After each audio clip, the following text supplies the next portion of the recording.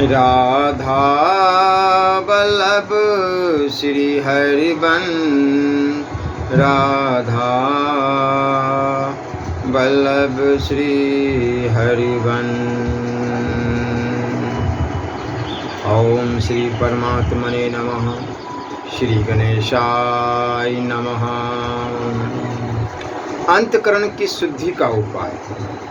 ये राग द्वेष काम क्रोध आदि उत्पन्न और नष्ट होते हैं, आते और जाते हैं, परंतु आप उत्पन्न नष्ट होते हो और आते जाते हो क्या? नहीं। तो फिर ये राग द्वेष आदि आपसे अलग हुए ना, अलग होने से आप में नहीं है, यह बात ढूंढ हुई। अतः ढूंढता से यह विचार होना चाहिए कि मेरे में नहीं है। अगर ये आप में होते तो जब तक आप रहते तब तक ये भी रहते, और आप न रहते तो ये भी न रहते। परंतु आप तो रहते हो और ये नहीं रहते। आगंतुक है, आप आगंतुक थोड़े ही है। आपका भाव होनापन तो निरंतर रहता है। गाढ़ नींद में मैं हूँ ऐसा स्पष्ट भाव नहीं होता। तो मैं जागने पर यह भाव होता ही है कि अभी तक मैं सोया था, अब जग गया हूँ। मैं सोया था, उस समय मेरा अभाव था।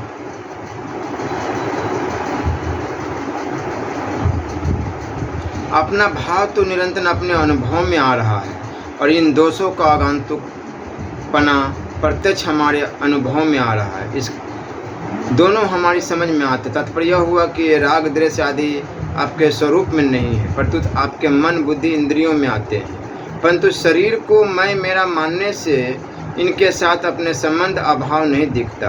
देखो एक बात बताए, आप ध्यान देकर सुने। हमारे को संसार के जितने भी ज्ञान होते हैं, वे सब सांसारिक पदार्थ शरीर इंद्रिया अंतकरण को साथ लेकर ही होते हैं, परंतु स्वयं का बोध शरीर इंद्रिया अंतकरण को साथ लेने से नहीं होता। अब यह जो बात है, अंतकरण शुद्ध होने से संसार का ज्ञान साफ होगा, पर स्वरूप का बोध कैसे होगा, इस पर शंका करो। अंतकरण शुद्ध होने से अंतकरण से संबंध विच्छेद हो जाएगा, तो बोध अपने आप हो जाएगा। जड़ चेतन का, सत असत का, नित्य अनित्य का जो विवेक है, उस विवेक को महत्व न देने से ही बोध नहीं हो रहा है। विवेक को महत्व देने से अविवेक मिट जाएगा और बोध हो जाएगा। वह विवेक आप में है और अभी है। उस विवेक को आपने प्रकाशित नहीं किया, उसको आपने बुद्ध नहीं किया है, उसको जागृत नहीं किया, उसका आदर नहीं किया, उसको महत्व नहीं दिया, यह गलती हुई। अंतकरण शुद्ध होने से क्या हो जाएगा? शुद्ध होने से एक बात है, इधर परमार्थिक रुचि हो जाएगी और कुछ नहीं। एक बड़ी मामूलिक बात है, जिस तरफ साधन का ध्यान नहीं जाता, परमात्मा तत्व का अथवा स्वरूप का बोध करण निरपेक्ष, करण सापेक्ष नहीं है। इसलिए करण शुद्ध हो या अशुद्ध, उससे विमुख होने से वह बोध हो जाएगा। अंतकरण शुद्ध हुए बिना उसे संबंध टूट सकता है। वास्तव में तो संबंध है ही नहीं, पर संबंध मान लिया है। माना हुआ संबंध नहीं मानने से मिट जाएगा। इसमें शुद्धि अशुद्धि से क्या लेन देन है?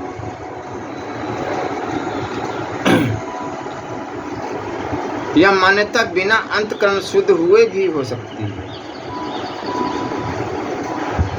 आपके भीतर यह भाव होना चाहिए कि मेरी मुक्ति हो जाए, मुझे बोध हो जाए, मैं अंतकरण शुद्ध हो जाए, उससे संबंध विच्छेद हो जाए। यह बात वास्तव में संबंध को ढूंढ करने वाली है। किसी को मिटाना चाहते हो तो मिटाने से पहले उसकी सत्ता मानते हो। अगर सत्ता नहीं मानते तो फिर मिटाते किसको हो? सत्ता मानते हो तभी तो आप संबंध विच्छेद करना चाहते हो। संबंध है, यह मान्यता होती है, तब उसको दूर करते हो। मैं कहता हूँ कि संबंध है ही नहीं।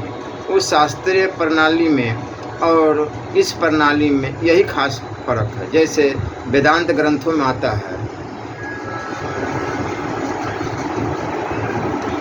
अध्यारोप और अपवाद, इन दोनों से निष्प्रपंच का परपंच होता है, अर्थात परमात्मा का विवेचन होता है। तो मैं कहता हूँ कि जब अपवाद ही करना है तो अध्यारोप करो ही क्यों? अंतकरण की शुद्धि हुए बिना मान्यता बनती नहीं। मैं कहता हूँ कि बनती है, अंतकरण को लेकर बनाओगे तो नहीं बनेगी। देखो, सनकादियों ने जाकर ब्रह्मा जी से प्रश्न किया कि मन विषयों में फंसा हुआ है और विषय मन में बसे हुए हैं, तो फिर मन को विषयों से अलग कैसे करें? तो उत्तर दिया कि इन दोनों से संबंध विच्छेद कर दो। श्रीमद् भागवत का 11वां, 13 और 26वां स्कंद में आया है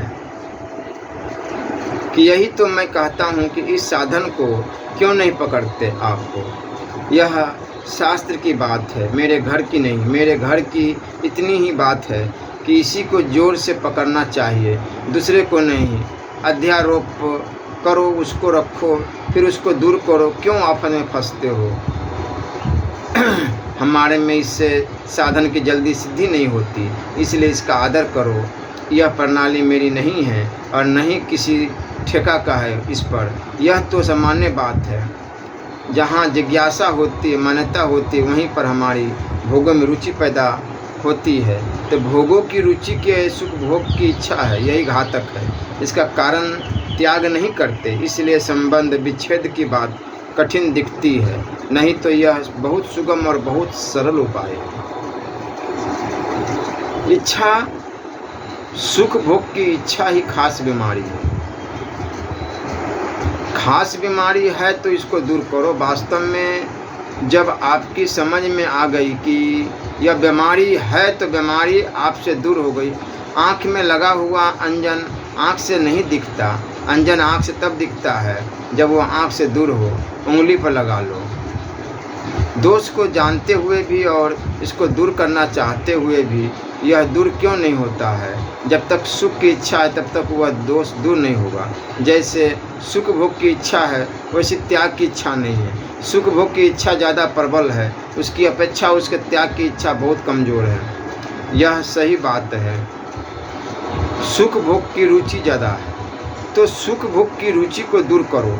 और उस रुचि को दूर करने में आपको अभ्यास करना पड़ेगा। और अभ्यास न करके यह मेरे में है नहीं, इसको मान लो तो बहुत जल्दी काम हो जाए। वास्तव में अंतकरण की शुद्धि करने की अपेक्षा अंतकरण में संबंध विच्छेद करो तो यह बहुत जल्दी सिद्धि करने वाली बात है। संबंध विच्छेद करने से जो शुद्धि होगी वह शुद्धि करने से नहीं होगी। बच्चा माँ की गोद में रहता हुआ शुद्ध नहीं होता। माँ के मोहपूर्वक स्नेह में पला हुआ बालक निर्मोही नहीं हो सकता। बाप का मोह कम होता है तो बाप के पास रहने वाला बालक सुधरेगा। अध्यापक का मोह और कम होता है तो उसके पास रहने वाला बालक और ज़्यादा सुधरेगा। तत्वज्ञ जीवन मुक्त का मोह होता ही नहीं, इसलिए उसके पास कोई रहेगा तो वह बहुत शुद्ध हो जाएगा, सुधर जाएगा। इस तरह आप अंतकरण को अपना मानते रहोगे तो वह शुद्ध नहीं होगा। मेरापन रूपी मल तो लगाते जाते हो और कहते हो कि शुद्ध कर लूँगा। कैसे शुद्ध कर लोगे? मेरा है ही नहीं। यह बात बहुत ही शुद्ध करने वाली है और जल्दी शुद्ध करने वाली। इसी बात को लेकर मेरी प्रणाली और तरह की दिखती है। यह दूसरी प्रणाली भी मेरी पढ़ी हुई है और देखी हुई है तथा यह प्रणाली भी देखी हुई है। उस प्रणाली में देरी लगती है, जल्दी सिद्धि नहीं होती। आप ही देख लो कि इतने वर्षों से सत्संग करते हैं, साधन करते हैं, पर वास्तविक सिद्धि कितनों को मिली? अशुद्धि को आदर देते हुए, अपने में मानते हुए उसको दूर करना चाहते हैं, इससे वह दूर होगी ही नहीं। वास्तव में आपके स्वरूप में यह नहीं।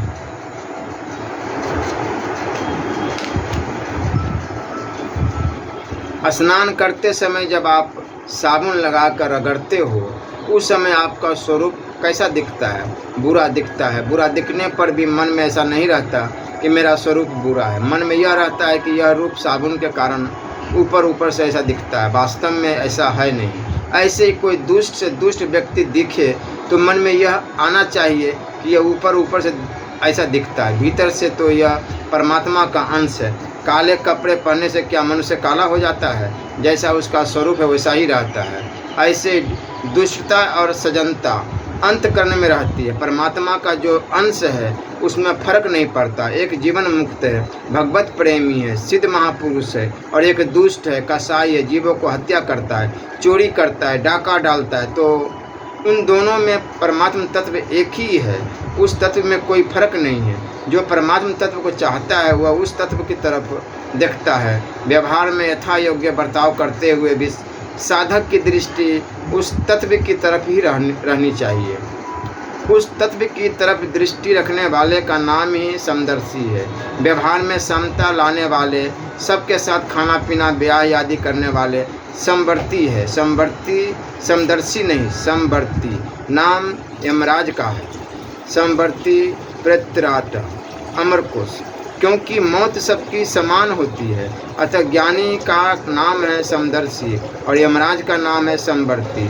ज्ञानी समदर्शी क्यों है? कि वह सब में समरूप परमात्मा को देखता है। दुष्ट आदमी को देखकर अगर दुष्टता का भाव पैदा होता है तो वह समदर्शी नहीं है, परमात्म तत्व का जिज्ञासु नहीं है। कम से कम उस समय तो नहीं है। एक स्थूल दृष्टांत आता है। एक बैरागी बाबा थे, उनके पास सोने की बनी हुई एक गणेश जी की और एक चूहे की मूर्ति थी। बाबा जी को तीर्थों में जाना था। वे दोनों मूर्तियों को सुनार के पास ले गए और कहा कि इनको ले लो, इनकी कीमत दे दो, जिसे तीर्थ घूम आए। दोनों मूर्तियों का वजन बराबर था, इसलिए सुनार ने दोनों को बराबर कीमत कर दी। बाबा जी चिढ़ गए कि जितनी कीमत गणेश जी की उतनी ही कीमत चूहे की, ऐसा कैसे हो सकता है? चूहा तो सवारी है और गणेश जी उस पर सवार होने वाले हैं, उसके मालिक है।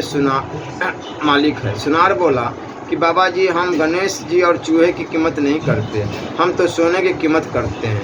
सुनार मूर्तियों को नहीं देखता, वह तो सोने को देखता। ऐसे ही परमात्म तत्व को चाहने वाला साधक प्राणियों को न देखकर उनमें रहने वाले परमात्म तत्व को देखता है। परमात्मा सबके भीतर है, यह बहुत ऊंचे दर्जे की चीज़ है। उतना न समझ सको तो इतना समझ लो कि सब परमात्मा के है।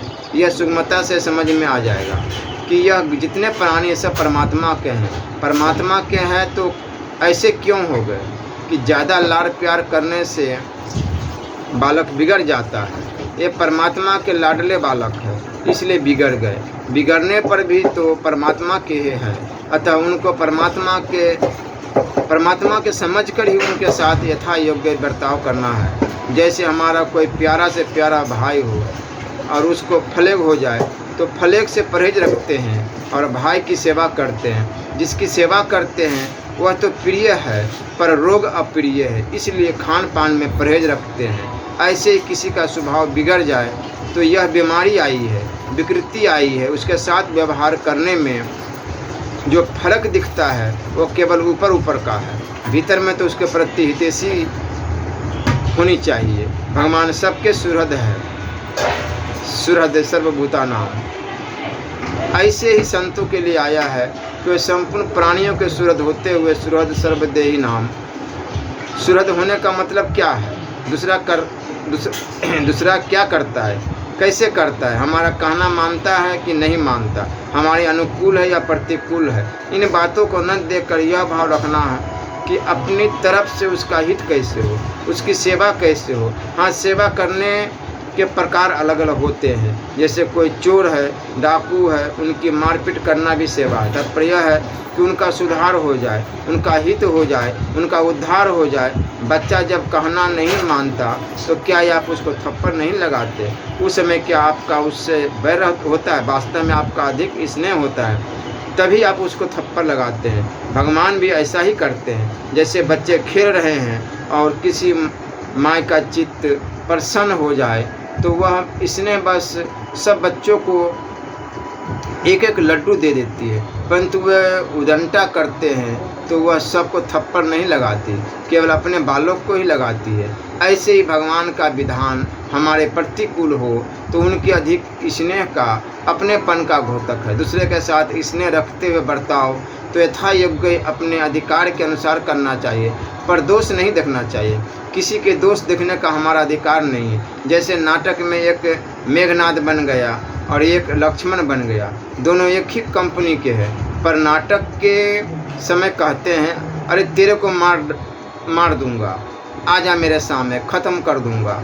वे शस्त्र अस्त्र भी चलाते हैं, परंतु भीतर से उनमें बैर है क्या? नहीं। नाटक के बाद वे एक साथ रहते हैं, खाते पीते हैं। क्यों?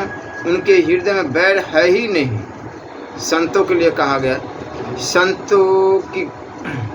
संतों की गति रामदास, जग से लखी न जाए। बाहर तो संसार सा, भीतर उल्टा था। बाहर से कोई संसार का बर्ताव करते, पर भीतर से भगवत तत्व को देखते हैं। भीतर से उनका किसी के साथ द्वेष नहीं होता और सबके साथ मैत्री तथा करुणा का भाव होता है। अर्देशता सर्वभूतानां मैत्र करुणा एवं च। हृदय से वे सबका हित चाहते हैं। अब प्रश्न यह है कि हमारी दृष्टि सम कैसे हो। एक तो आप में यह बात ढूंढता से रहे कि मैं साधक हूँ, परमात्म तत्व का जिज्ञासु हूँ, और एक ही बात यह ढूंढ रहे कि सब में परमात्मा है। सब में परमात्मा को कैसे देखे, इस बात को थोड़ा ध्यान से सुने। मनुष्य है, इसमें जो है पना है, सता है, वह कभी मिटती नहीं। वह बुरा हो या भला हो, दुराचारी हो या सदाचारी हो, उसमें जो है पना है, वह मिटेगा क्या? बढ़िया से बढ़िया चीज़ों में भी वह है, पना है, और कूड़ा करकट आदि में भी वह है। पना है, उन चीज़ों का रूप बदल जाता है, पर है पना सता नहीं बदलता। कूड़ा करकट को जला दो तो वह राख बन जाएगा, उसका रूप दूसरा हो जाएगा, पर उसकी सत्ता दूसरी नहीं हो जाएगी। वह सत्ता परमात्मा की है। उस सत्ता की तरफ दृष्टि रखो तो परिवर्तन होता है, वह प्रकृति होता है। आपको संक्षेप में प्रकृति का स्वरूप बताए तो एक वस्तु और एक क्रिया, ये दोनों दो प्रकृति है। वस्तु भी बदलती रहती है और क्रिया भी बदलती रहती है। यह बदलना प्रकृति का है। आप प्रकृति के जिज्ञासु नहीं हैं, परमात्मा के जिज्ञासु हैं। आप प्रकृति के अतः बदलने वाले को न देखकर रहने वाले। अपने को देखो, संसार है, मनुष्य है, पशु है, पक्षी है, या जीवित है या मुर्दा है, इसमें तो फर्क है, पर है में क्या फर्क पड़ा? नफ़ा हो गया, नुकसान हो गया, पोते का जन्म हुआ तो क्या हुआ? अपने स्वरूप में स्थित होने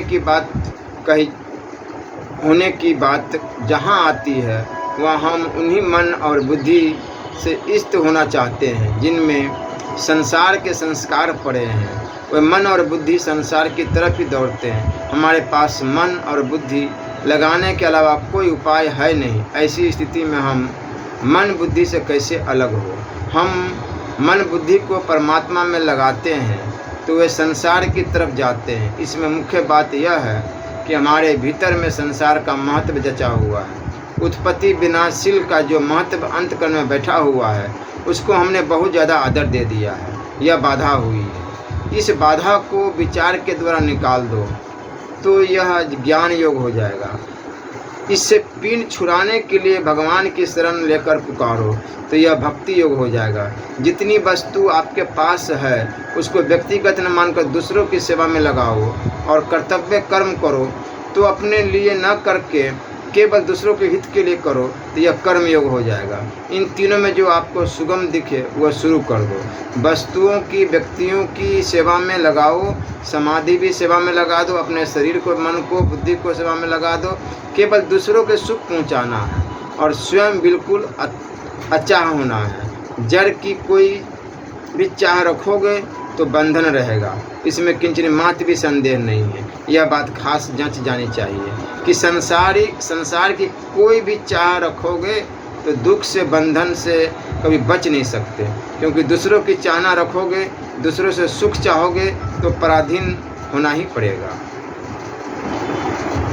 पराधीन सपने हूँ सुख नाही।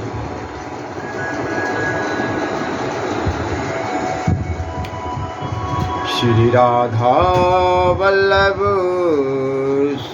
हरिवन जय जय राधा वल्लभ श्री हरिवंश।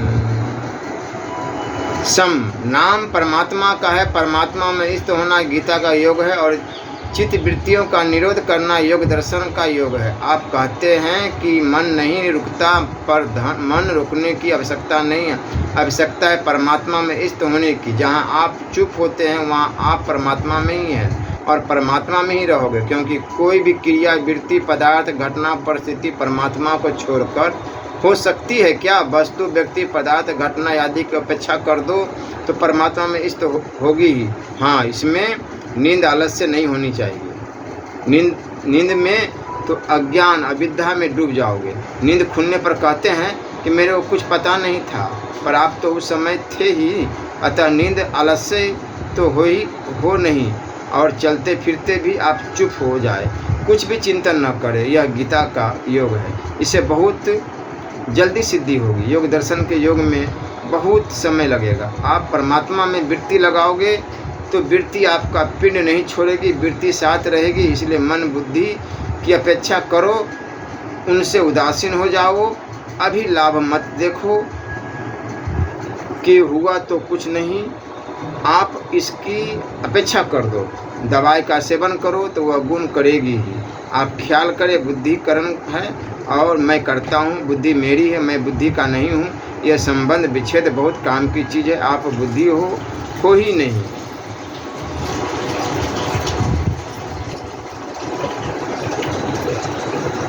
श्री राधा वल्लभ लाल की जय।